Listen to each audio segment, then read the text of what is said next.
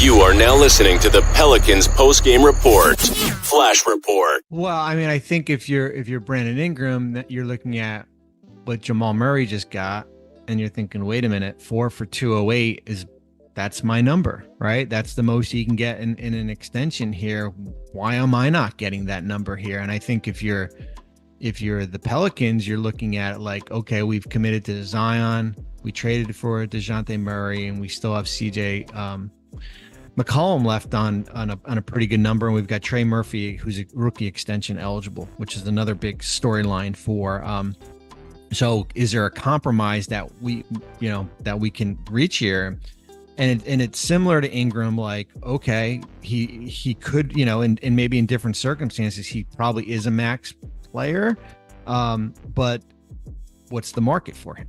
Right? What's the market for him in 2025? We talked about Brooklyn really as the only, with Brooklyn come in and give him $40 million a year, $45 million a year based on their timeline here. And you're right. It's like when you create an illusion as far as when we use the word max, as far as what certain players think what they are. And the middle class, I think, with this CBA benefits a lot. Like we saw TJ McConnell get an extension here. There's those guys, those like 12 to 30. You're kind of pegged. Like sixth man gets a certain number here. Your third best player is at a certain number here.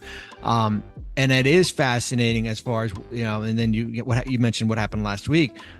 Does the Ingram situation present a distraction when training camp happens in 3 weeks? That's the biggest thing. And certainly, and that will continually hang over their heads.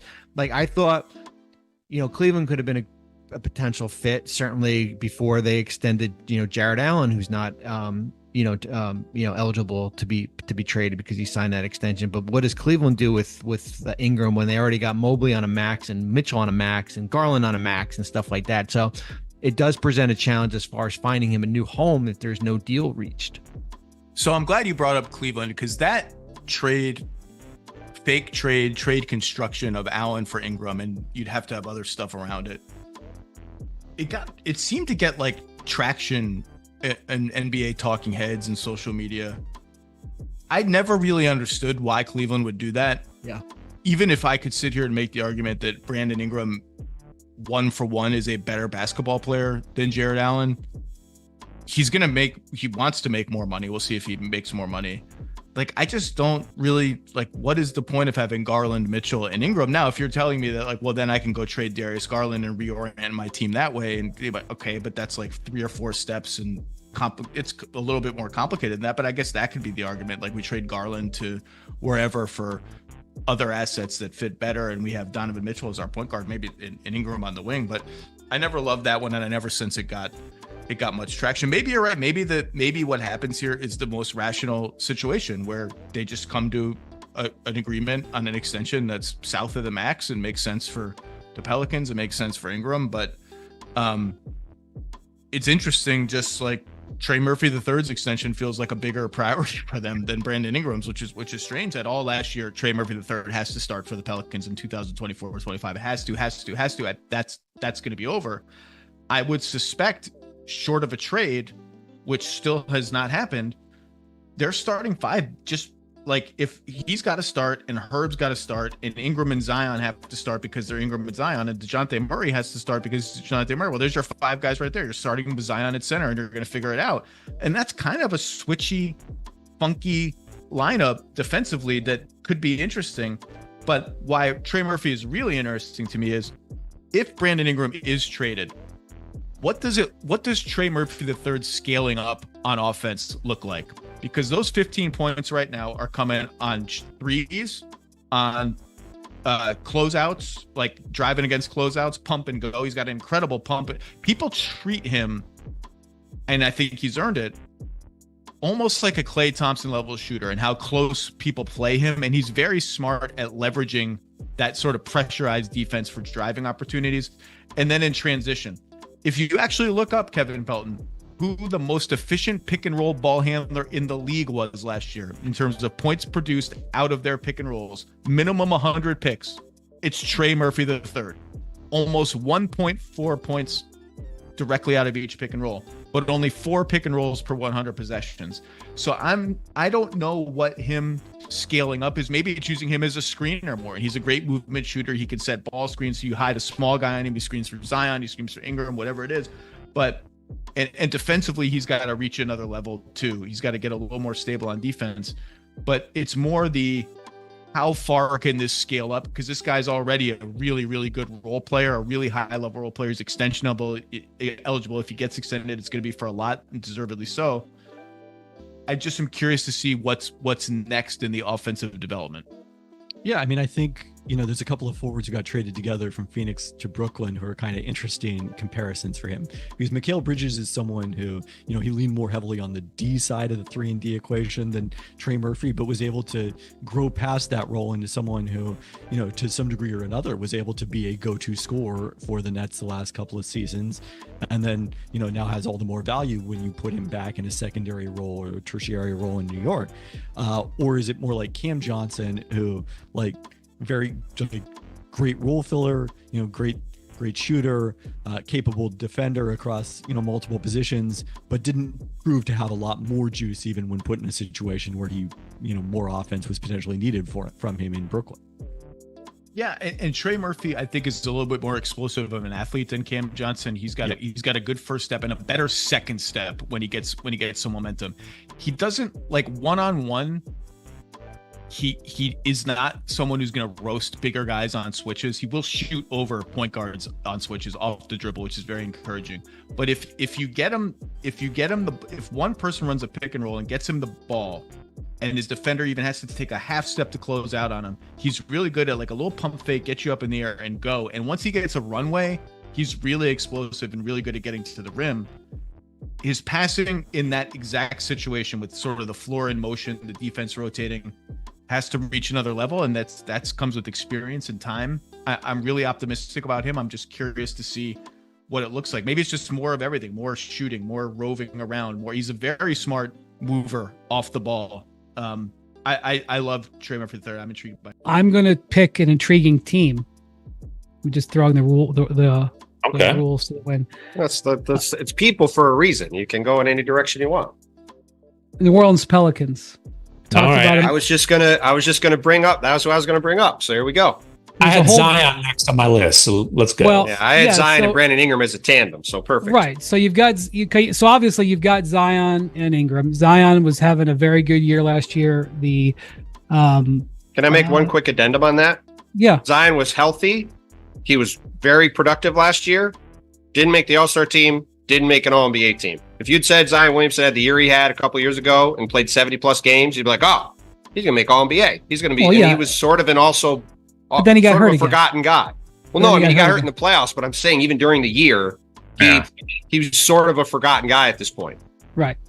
All right. So we've talked about Zion at length. We don't need to go. Zion is there. Brandon Ingram, who is another one of these guys going into the last year of his contract, has not worked out a deal with the Pelicans, and I'm not sure if one is in the offing in the short term. But I would sort of say he fits the Trae Young bill too, right? Where they certainly they don't have a center on their team. I think there's a decent chance Zion's going to start at center, and that's because in part there was not a deal to be made to move Brandon Ingram to get them back a center. Well, this is one of the reasons for Ingram, he'd be gone. Right. Well, part of the reason why the market is tight is because he's made it clear he wants the max. Exactly. And it's for the same reason that the Pelicans don't want to give it to him. Another team doesn't want to import that discomfort, because he still had a pretty good year last year. He shot 50% or 49% from the field. His scoring was down, but he wasn't the same impact player he was in previous years. He's a guy who can do multiple things on offense. He handles the ball. He can initiate. He's a valuable offensive guy, incredible length. So he's very hard to defend. I've covered him. But he's a 35% 3-point shooter who doesn't get to the line and doesn't shoot a lot of threes.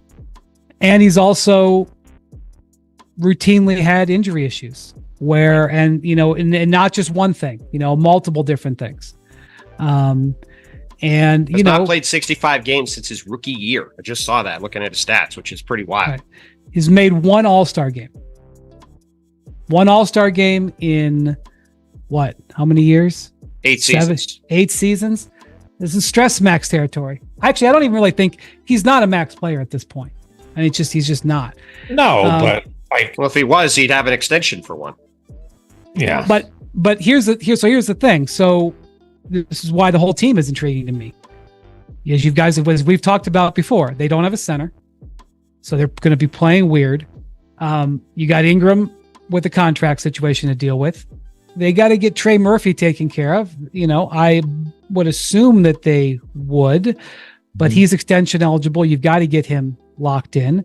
He wants paid. I don't blame him. Other people around the league excellent shooting wing have gotten huge deals, and he should expect it. And as of right now, if I'm not mistaken, the Pelicans are into the tax. They are a couple million in. Yep. And I don't think anybody in the league believes that they're going to finish in the tax. So the deals never faded before. That's right. The deals that they make during the season are going to be, at least in some way, to reduce payroll. So all of these things, there's a modicum of pressure on Willie Green to show, where he's at and that he can get the most out of this team. I think all of these things are factors. The Pelicans did something very unusual and never announced it. They gave Willie Green a contract extension after his first season. Very unheard of, especially for a guy who was a first-time head coach. And rightly so. Did a great job coming out of the gates. And then never announced it. And I think probably because they didn't want people to judge them for doing that. But he's also got to get this roster to develop or to play well. And there's some challenges. There's some tough things that, they've given him a lot of talent. And then you've got the situation where you're bringing in DeJounte Murray, great import of talent. Yeah. But you got to see how Willie Green and those guys adjust to putting him with CJ McCollum. Well, and how that fits. Okay, you've got 3 guys that all need the ball. Zion can space it some vertically, but like DeJounte Murray, not a great spacer if he doesn't have the ball in his hands. Brandon Ingram, not a great spacer if he doesn't have the ball in his hands. You're not guarding Zion if he's standing out at the 3-point line. Like when you make the DeJounte Murray trade, you're not guarding Herb Jones. Not that he's going to have the ball in his hands, but you're not really guarding him either. And he improved as a 3-point shooter last year, but even still, right, you're going to live with that. Still going to have to make him test it. Yeah, for sure. And so when you went and you made the trade for DeJounte Murray, you're like, okay, let's see what they get for Ingram and then see how the pieces fit. And Ingram's still there. Yeah, and certainly seems like they're going to go into the season starting DeJounte Murray, Herb Jones, Trey Murphy, Brandon Ingram, and Zion Williamson, which is a fascinating lineup on a lot of levels. And, they are a fascinating team. I'm glad you just said them as a team because they've got so much stuff going on. And again, we're talking about the Western Conference, as deep as it is. There's a lot of pressure on them, I think, to continue to build some momentum. And, look, like it's going to be a fascinating year on a lot of fronts, up to and including what happens with the roster. Because again, they've never paid the tax. They're like $3 million in right now after signing Javonte Green, which I thought was a good end of the roster signing. He's a guy who can definitely help them too. And they've got talent.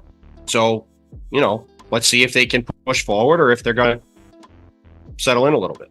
Yeah, Zion at the 5 last year. I looked it up. Their net rating with him as the 5 was like +3 and change, 3 and pretty, 3.6, something like that. But it's a different deal if that's your primary lineup and you're going against other teams starting / closing lineups than it is if you can kind of, spot your spots. Especially if you're trying to keep that guy healthy. if that's one of their goals. Subscribe now and stay up to date for all things New Orleans.